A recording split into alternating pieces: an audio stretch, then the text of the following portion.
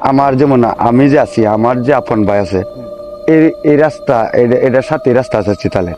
হ্যাঁ নয়, হ্যাঁ আমার আপন ভাইয়ের চেহারা ধরিয়া আমার ডাকতেছে। কিছু গল্প কেবল গল্প নয়, কিছু শব্দ কেবল কল্পনা নয়, অশরীরী আতঙ্ক আর লোহমশক রহস্যর খুঁজে আমি ভাইয়ের কাছে, যেখানে ভয় শেষ কথা। ভাই কেমন আছেন? হ্যাঁ ভালো আছি।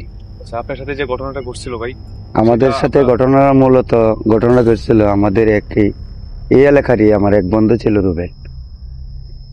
রুবেল এক মেয়ের সাথে ভালোবাসা ছিল, মানে একটা মেয়ের ভালোবাসতো রুবেলে। হ্যাঁ।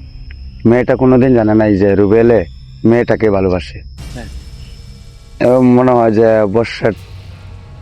3 বছরের মতন পার হয়ে যায়, মেয়েটাকে একতরফা ভাবেই যেমন রুবেলে ভালোবাসতো আর কি।